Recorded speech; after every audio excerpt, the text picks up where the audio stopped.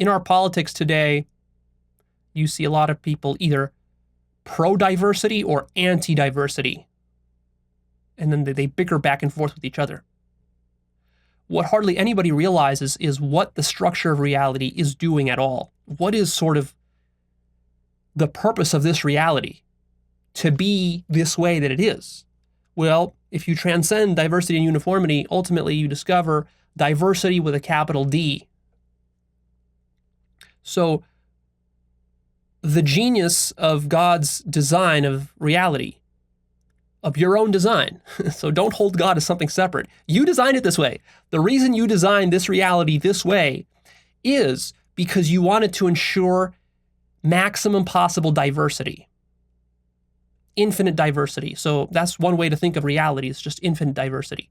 So think of some design, think of a bunch of different designs that God could have used to create the world.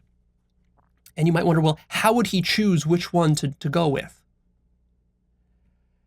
And then what you discover is that he chose the one, you chose the one, which maximizes the diversity of everything. Maximum diversity. Because what you want to do as God is to fully experience every possibility of yourself. So every way you could be, you want to be, and you are. And that results in the multiplicity and diversity of the animal life on this planet and the human beings. Think about all the diversity in human beings that we have. People with different personalities, different quirks, different psychology, different genetics, different heights and different sexes and genders and like all sorts of weird stuff. There's enormous diversity in humanity alone. But then you look at the animal kingdom, look at the diversity between cats and dogs and dinosaurs and beetles and insects and dragonflies and birds and bacteria and viruses. It's just a multiplicity. There's too many to count. There's billions of them, trillions of them. You couldn't classify them all. We're discovering new species still. Scientists are discovering new species every week. We're discovering new species.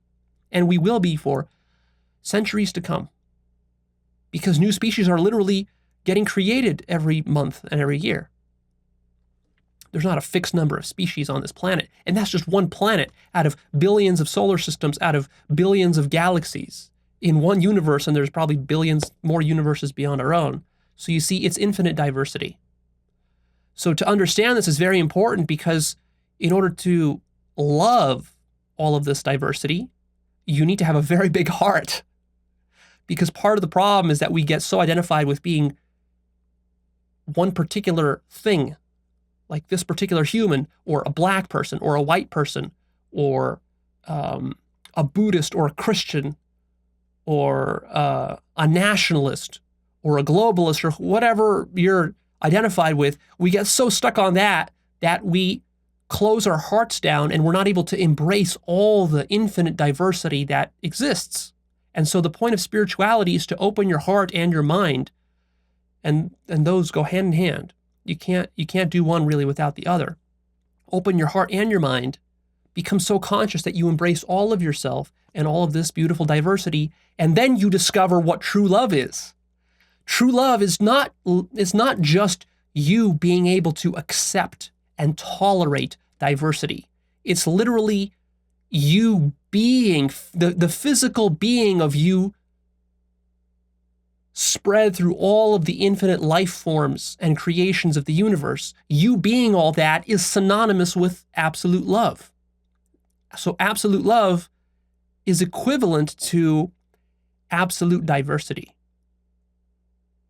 And so it's not really possible to love fully without really appreciating the diversity of life and the diversity of humanity. And it's only by being able to appreciate this diversity that then you are at peace and you are able to let people be themselves without having to change them or criticize them or judge them, demonize them, or murder them, ultimately.